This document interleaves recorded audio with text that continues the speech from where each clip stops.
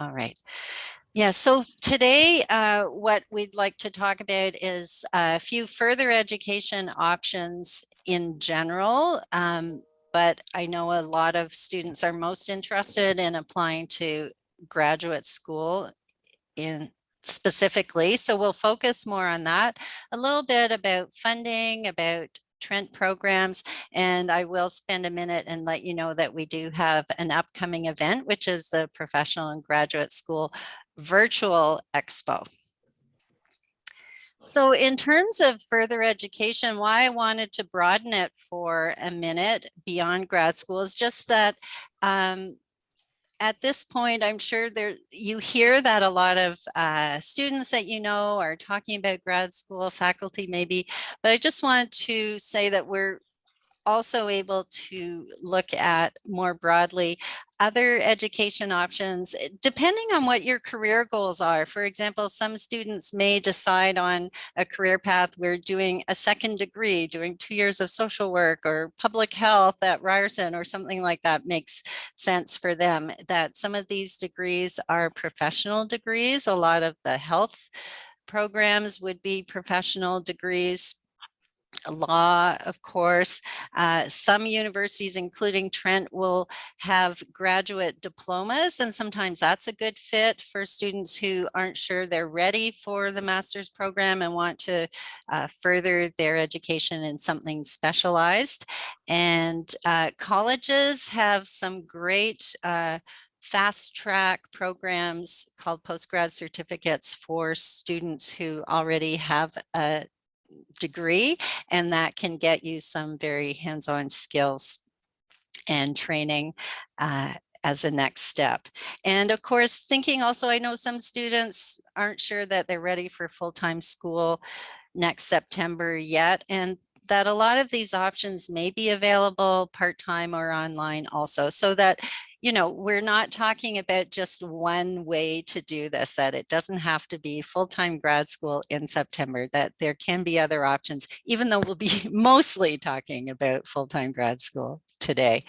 I don't know if you wanted to say anything, Stephanie, or do you want to wait until we talk about Trent's programs to talk more about these different? Sure, yeah, I can explain our options a bit more when we get to that piece. Okay. So I think what I find when I'm talking with students is that sometimes this piece of trying to figure out what grad program you want to do can be quite time consuming. And I think that part of it, and why researching programs is really important, is that there are so many options out there. So options are great, right? We all love options, but sometimes they can be a little bit overwhelming. So just so you know that if you, and maybe you found this out already, I know a lot of you may have already been looking into grad studies. Some of you might be very beginning. So we're going to try and have this work for those who are looking for an introduction, as well as students who might be further along in the process. But some programs are what we maybe more typically think of as grad school. It's very research based, and that there's a thesis involved. So that's usually a 2-year program. That can be in sciences, it can be in the humanities, etc. But there are also a lot more flexible program options now. Some programs will be course-based, and rather than a full thesis, a major research paper. Still a major paper, as it says, but it might be 30 to 40 pages instead of longer for a thesis. Some will be course-based only. They might include an internship or placement.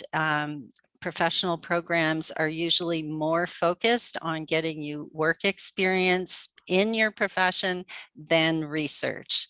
And as I said, these can be 1 or 2 year options. And again, we'll talk about some examples a little bit later. And what we want to go over now is how to research schools, looking at admission requirements, how to contact potential thesis supervisors, asking for references, researching funding, writing personal statements, and how to plan and prepare all the supporting documents that you'll need. Now we're doing quite a quick overview, so all of these areas we hope to cover, but it will be an introduction. So as I really quickly, Mary? Yes, absolutely. One thing I was just going to add, I think it's really important as you're sort of researching programs and looking at different options to think about what your career goals are, because you know, are you thinking about perhaps after your master's that you maybe would be interested in a PhD? A lot of students who are thinking about, you know, a doctorate degree in the future, they might lean more towards a research program. Or are you thinking that after your master's degree, you know, you're wanting to go out into the workforce and you're looking for more of those professional skills, in which case, you know, a course-based or professional program might be a better fit. So I would just, I guess, recommend when you're researching programs, just thinking a bit more about what your sort of career goals are and when and how you're hoping to enter into the workforce. Absolutely. Thank you, Stephanie. I really appreciate you bringing the career angle in, because yes, it's absolutely about finding the best fit for what you are interested in. And we're talking about researching programs. I would say that researching the career that you're interested in and finding out what education program might be the best for you is a part of this process. Absolutely. Yeah. And so in terms of that, I have my own preferred website for starting to research schools, which is universitystudy.ca. I feel that I can share it with some confidence, and it's the Universities Association of Canada. So it's not always like any database completely up to date with new programs, but it's still a very good tool for doing a program search. I think in your own field, asking faculty for their recommendations, faculty, and I think this would be great for you to speak to also, Stephanie, but faculty are part of an academic community and they are going to conferences and doing the kinds of things that connect them with others in the field, and they may know based on your interest what school might or a potential research supervisor might be a good fit with your research interest. And absolutely, faculty are a great resource. They've got connections, you know, all across Canada and even globally at different institutions, depending on their research and, like you said, attending conferences. And so absolutely, if if there's a faculty member in an area that you're interested in, certainly reach out to that person and see if you can have a conversation about your interests and if they would have any recommendations on certain programs or certain areas of research based on what you're interested in. Mm-hmm. Great. And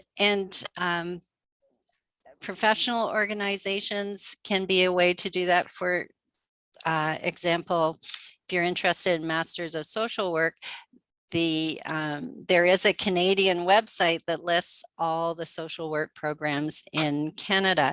If you're really interested in a particular area, let's say of science, limnology, there may be Limnologists Association, and they can often be a resource on their website for programs in that field.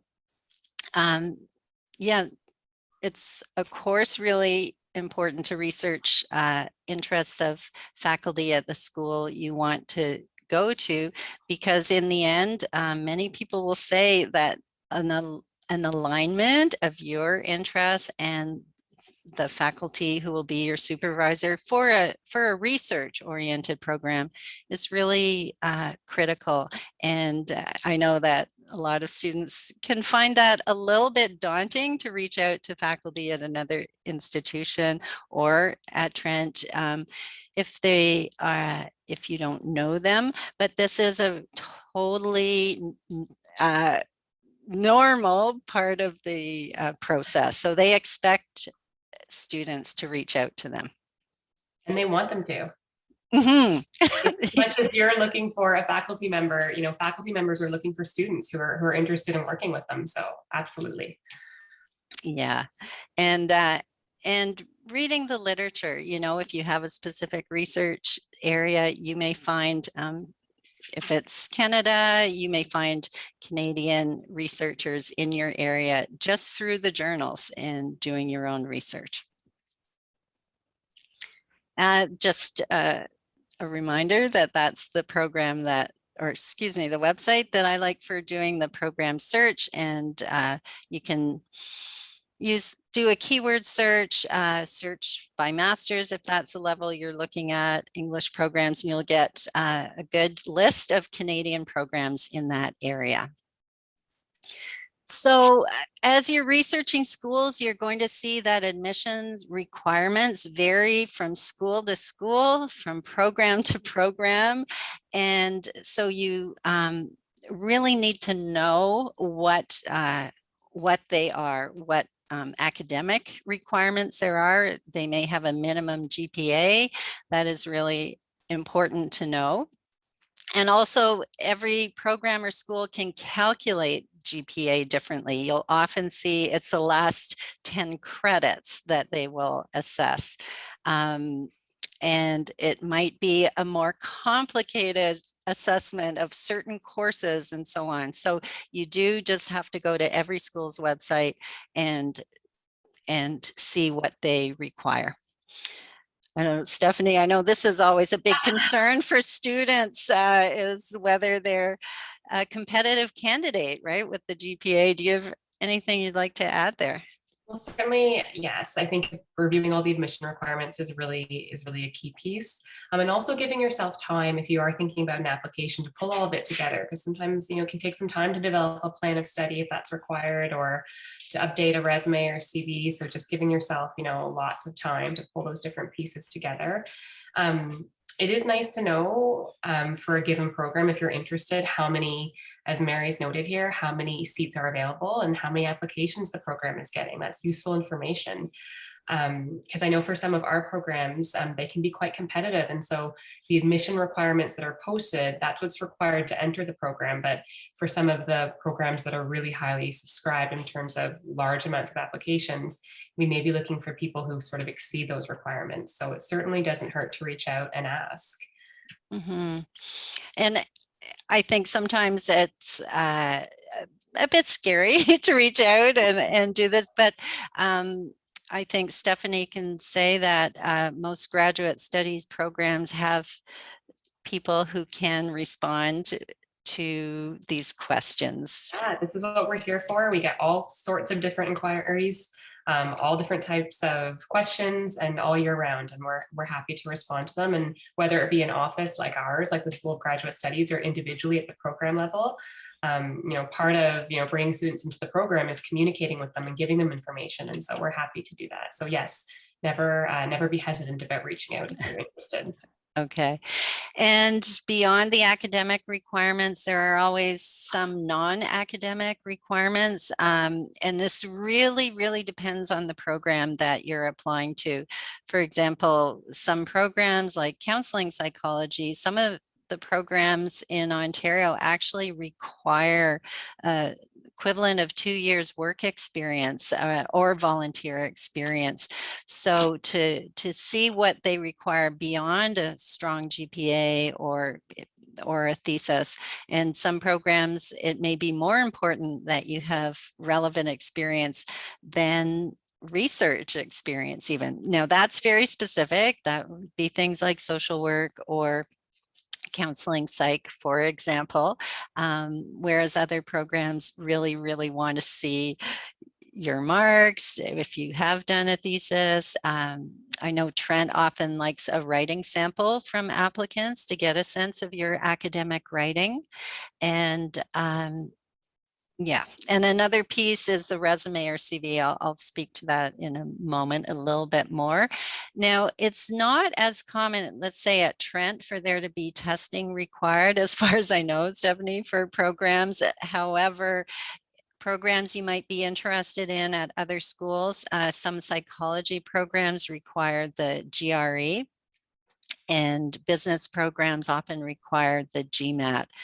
So look into that. And again, Stephanie's alluded to giving yourself enough time for this process. It's the same to find out you need to write a standardized test that you need to study for, and book an appointment can really, you don't want to be doing that last minute. It's not doing yourself any favors. Oh, yeah, I think that's that.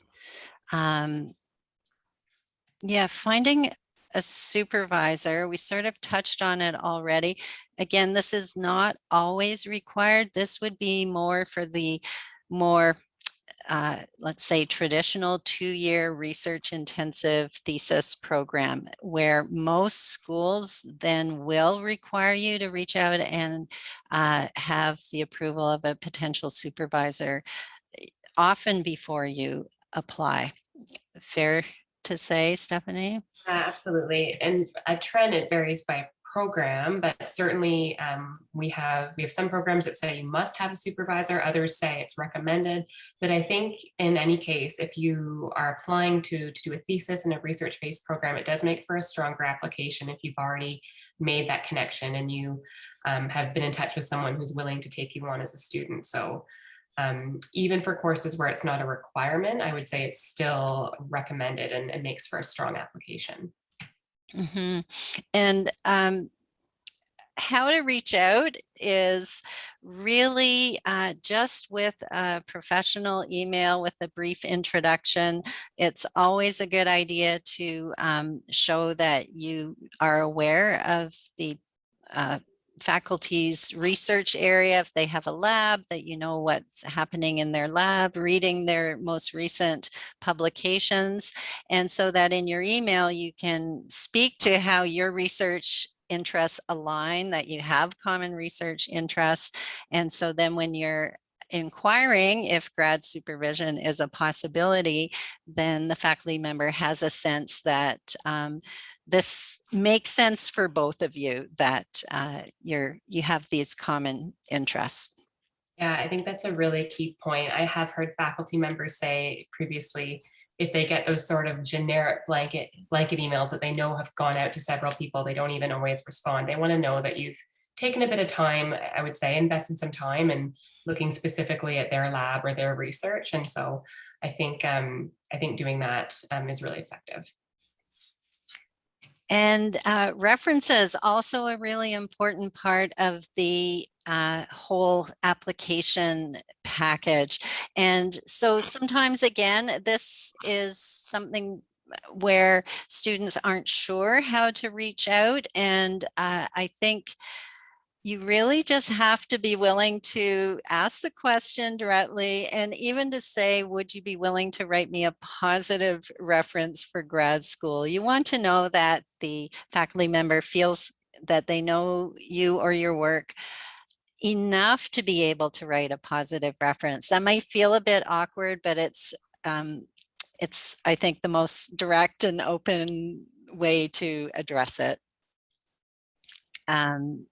And then let the faculty member know about your plans. What are your academic and career goals for grad school? You can help a potential reference perhaps by writing your personal statement or plan of study beforehand, maybe sharing your resume or CV, and that way they can support your application better by having a sense of what you want to get out of school or how this is helping you move towards your career goals. And of course, just to be respectful of their time, to give them plenty of time before the deadline. Anything you'd like to add? No, I think you've covered that well. I think students coming from Trent are really lucky in that I think we have more intimate class sizes and students get a good opportunity to get to know their faculty. So if there's people that you've developed those connections with, absolutely, those are the people you want to start with to reach out for a reference. Okay. And I'm going to call the next document that you may have to prepare either a personal statement or a plan of study. There are a lot of different names for this. You'll see on different schools or different programs website.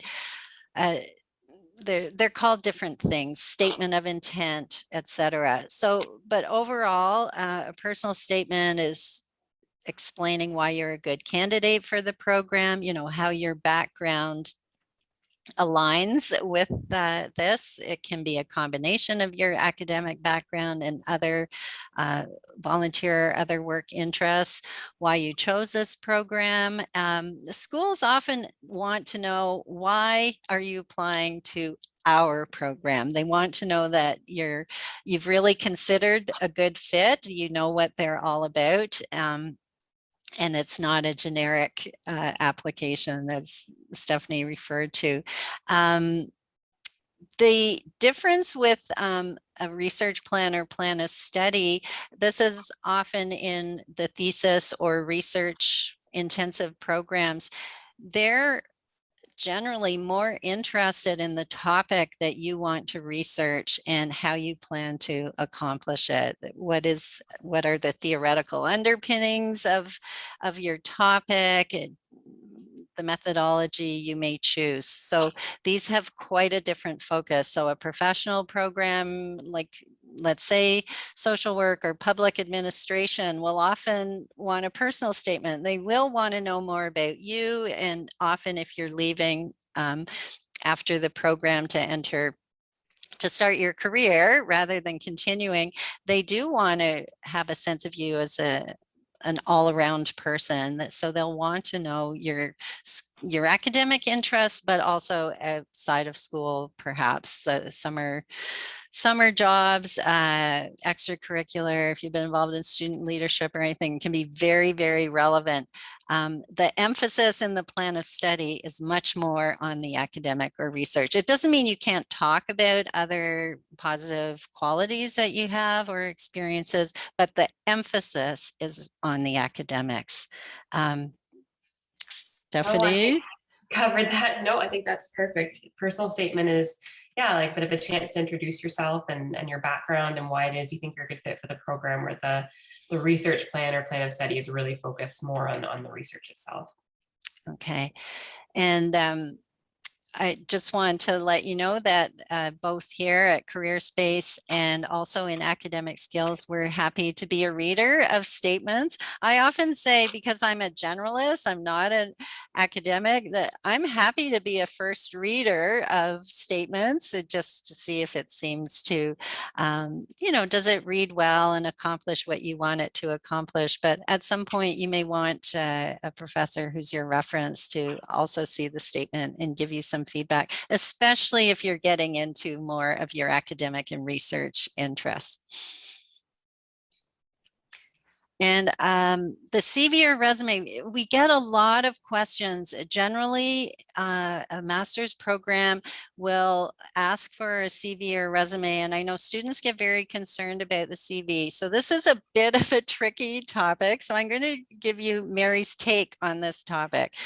If it's a professional program, again, public administration, law, social work, they'll often specifically want your resume because they're interested in things beyond your schoolwork. Research programs often use the CV as terminology, and so they're wanting your document to focus a little bit more on academics and research. The caution here is that a CV that your professor has is many pages long, includes a lot of headings. I've mentioned some of them here that typically a student in undergraduate hasn't had the opportunity to do, right? So you might have a thesis and that should go there, and that's great. Obviously your education, some students have been a TA, etc. So some of these headings might work well for you, and if they do, you would build a CV around those.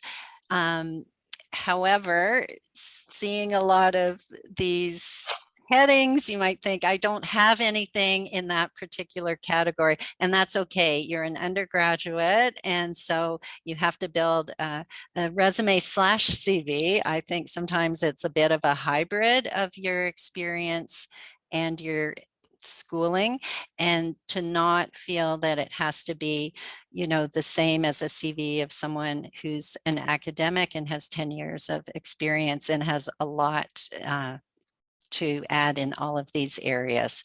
So I just know that we get asked a lot about this and students are worried about it. And the other thing is that remember that it's only one piece of this whole application package, right? The admissions committee is getting a sense of you as an applicant from a whole lot of things, right? It's your personal statement, it's the references, your transcript, and this is just one piece. So just don't worry too much about it. Do the best you can, and we're happy to help with appointments and advice, but try not to let the CV terminology throw you off too much. And just a reminder, managing applications, I know when students start to look into this, that every school has their own application system, unless you're doing something like teacher education, law, medical school. That's centralized in Ontario. But as far as I know, Stephanie, let me know if I'm wrong, but as far as I know, every school has their own online application system. So you do have to apply individually to the various schools you're interested in. And if things have changed, Stephanie will let me know. No, that's right. Like UAC, the Ontario University Application Center does manage applications for some schools, but then they flow through to the individual schools, and then some of them have their own portals that you apply directly through. But even, you know, for a school like Trent that uses UAC, you kind of start on the Trent page and you get redirected. So yeah. Okay. And it manages everything, the transcripts, the submitting your CV, everything. So that centralizes the process. And then, Stephanie, if you wanted to talk a little bit about TRENT programs here, that would be great. Well, absolutely. So yeah, I'll just take this as an opportunity to speak a little bit to what we offer here at Trent specifically. So in the School of Graduate Studies, we have a number of master's programs, Master of Arts, Master of Science. We also have some professional masters. We have an MSc in Forensic Science. We have a Master's of Bioenvironmental Monitoring and Assessment, all kinds of different really wonderful options. We also have 6 PhD programs. And something that's new that we've introduced a few of over the past couple of years are graduate diplomas, which I think are a really great option for people who maybe aren't sure if they're quite ready to dive into a master's degree. You can sort of dip a toe in, as I say, with a graduate diploma. So they're shorter in length. They're generally 2 terms or a year, or some of them that are part-time, they may spread over a couple of terms, but only one course at a time. And many of them work as a bridge. So for example, in the Bioenvironmental Monitoring and Assessment program, you could start with the graduate diploma, and after, say, a term, if you were feeling like, yeah, this is really great and I wouldn't actually mind, continue on in the master's, and you could transfer it into the master's program. So there are some really nice options like that. At the master's level, in the sciences, we have the Environmental and Life Sciences program, Material Science. We have the Master of Science in Psychology, which is very popular. And it's coming. We haven't launched it quite yet, but there is a PhD in psychology coming as well. That'll be a new program. But hopefully we'll be accepting applications for at some point next year. So, Stephanie, yeah. Sorry, I wondered if you could mention a bit more about psychology, just because I know we have quite a few psych students here. Could you say anything else? Well, it's a 2-year program. It is a research-based program, so it is a thesis. It does come, and we'll get into funding a bit more. It does come with a standard funding package. that all eligible students would get. And this is a program for sure, like if you're able to connect with a supervisor in advance, I think that makes the application more competitive. And it's a popular program at Trent. We do see a fair amount of students coming from the undergrad program into the Master of Science in Psychology. And yeah, it's definitely a popular program that we have here. Okay. So funding and scholarships. So there are a number of opportunities. Internal funding that would be available. So there are entrance awards that are merit-based, that are awarded at the time of admission. And they range from $500 to $2,000. Also, we offer a variety of scholarships internally. One of them that's popular is the BATA scholarship. That's $5,000 for the year, and anyone is able to apply in any program. We do offer bursaries for graduate students, similar to what's offered at undergrad. As part of the funding package, you get a graduate teaching assistantship. And these funding packages are for the research-based programs. Funding, unfortunately, isn't offered for the professional programs. These are for the research-based. And so if you're doing, at the master's level, if you're doing a 2-year thesis program, you would get 2 years of funding. If you're doing a major research paper, you would get 1 year of funding. But part of that is a graduate teaching assistantship, which is employment with the university that comes with a salary. There's also assistance through OSAP, the Ontario Student Assistance Program.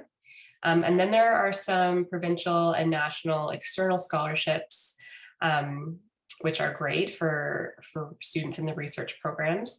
Ontario graduate scholarships, we call it the OGS, or the Queen Elizabeth II graduate scholarship. Those are $15,000 over the course of a year. And then some of the larger scholarships, which are the national ones, the NSERC and SHRC awards at the master's level, something like a CGSM, which is the Canadian Graduate Scholarship, would be $17,500 for the year. And then right up to the doctorate level, where you're looking at something like a Vanier, where you may be eligible for $50,000 a year if you were to be awarded that. So there are a lot of options, and certainly I would encourage anyone who's thinking about applying to take some time to look at some of these as well. We have the link here for our website where you can find a listing of all the scholarships, and it will tell you the amounts that they would be worth, and you can find more information on the application process and what's involved.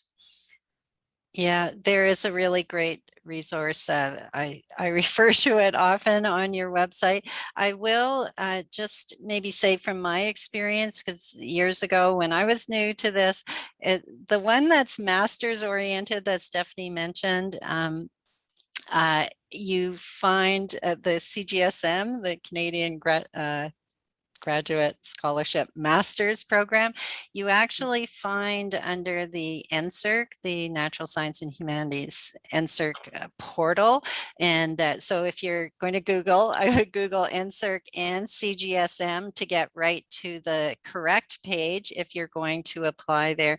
And the deadline is early. It's December 1st, which is actually before a lot of programs deadline. So you're actually applying for the funding, and it's quite a detailed application before you're even applying to the school potentially.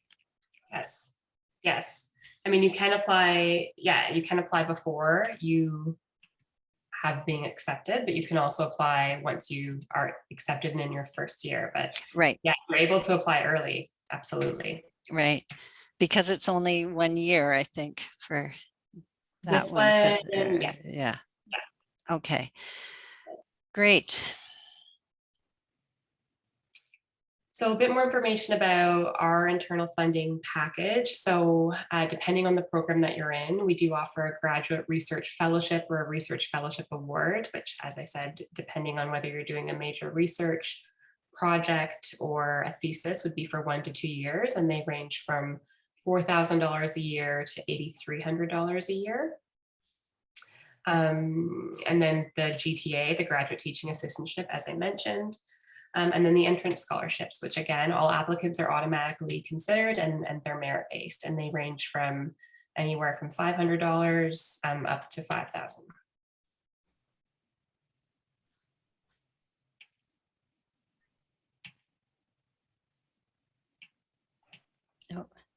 Did it change for you, the graduate tuition here? Can you see this? It did. Okay. There was a delay, but it did. So I'll just quickly mention our fees.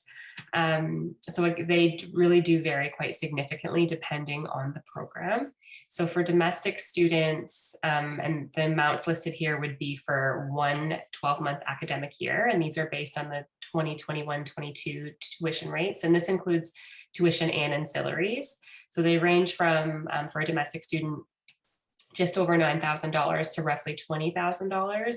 And just to, I guess, give some context to that, someone doing, say, a Master of Science in a research-based program, that would be a program that falls in the $9,000 range for the academic year. Someone doing a Master of Management, which is a professional program, that's a program that would be closer to the $20,000 range for a year.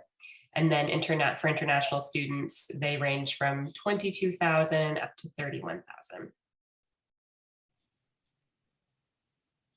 Okay, and I just wanted to mention, if you would like to attend our event, which is our next event, which is a professional and graduate school expo. This is an opportunity to meet virtually with grad programs, as well as professional programs, as well as college programs. So this is the second year we've done it virtually. It's coming up next week on the 21st. And you'll find, I've just shown you the page where you can find the information to register. And it works sort of like a in-person fair, in that there are booths, and so that each school would set up a virtual booth, and that is going to be populated with information about the school and their programs. And then individuals from the schools will be available to start with a text chat where you can ask some questions, and the representatives can do a video chat if each of you are interested in communicating that way. So we have two events coming up. The next one on the 21st is for external schools, mostly Canadian, a couple of international, and then on the where have I got the 4th, we have the TRENT program. So yeah, I'd really encourage you to take the opportunity. It's really great to speak with representatives to get some of your questions answered and learn more about the programs, of course. And just to give you an idea of who's coming at this point, there could be more additions. Once you register, you'll get this list, but you can see there's a mix of Ontario schools and international and colleges, as I said. At the event on November 4th, which will be all of the programs, or most of the programs that we offer here at Trent, it's a really great opportunity to talk to some of the faculty as well. Faculty often attend these events and sort of represent the program. So it's a really good opportunity to ask some more program specific questions about courses, questions about things happening in the lab. So yeah, I would definitely encourage you to attend that. Oh, and yeah, just had a question. Sorry, it was on the previous slide. The expo is 10 to 2. I believe it's the same for both dates. Yes, both of them are 10 a.m. to 2 p.m. Mm-hmm. And I should mention, and we can take some time for questions, but I just wanted to let you know that for some of the things we've talked about here at Careerspace, we're able to help out through appointments. So if you would like a career counseling appointment or a shorter one, career talk, for example, a review of a personal statement, that would be a great topic for a shorter appointment. And we're going to be doing virtual drop-ins. That's only going to be starting next week. And my colleague Hannah can do resume or CV reviews, interview, LinkedIn, etc. Those are 30-minute appointments available on the student experience portal. And we will be doing some more workshops throughout the year. And if you check the student experience portal event calendar, you'll see what's upcoming in that way. And of course, we have a great team of students and a staff person who tries to keep everyone up to date with what we're doing through social media. And so follow us.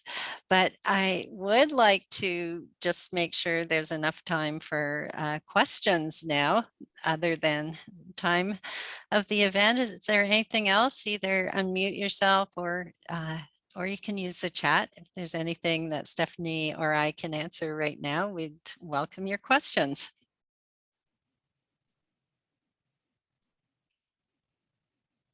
I'll just mention as well, I guess while we're waiting to see if there's any questions, that you're also able to reach out if you have any questions specific to TRENT programs to the School of Graduate Studies.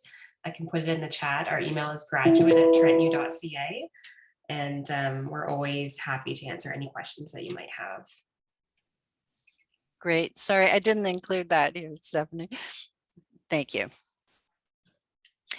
There is a question, how far in advance do you recommend we contact a potential supervisor? Well, the application deadline for the TRENT programs is February 1st. And so when you're submitting your application, it's at that point that you note if you've already been in touch with a supervisor and you have a potential supervisor. So as you're kind of in these planning stages where if you're going to apply at some point early in the winter, I would say really anytime between now and then is a great time to reach out and just start as you're planning all those different pieces for your application, start making those connections. Great. I often think it's to students' advantage to start a conversation about grad school with a potential supervisor. Oh, sorry, I was thinking of a reference, but anyway. Okay, I'll talk about references. I think bringing in faculty just to talk in general about grad school is just great, just about the whole process, just that you're thinking about it. Again, we've talked about how they might be a resource for different things from your personal statement to potential schools. And so starting the whole process of a conversation as early as possible, and then you can ask them if they're going to be a reference or potential supervisor.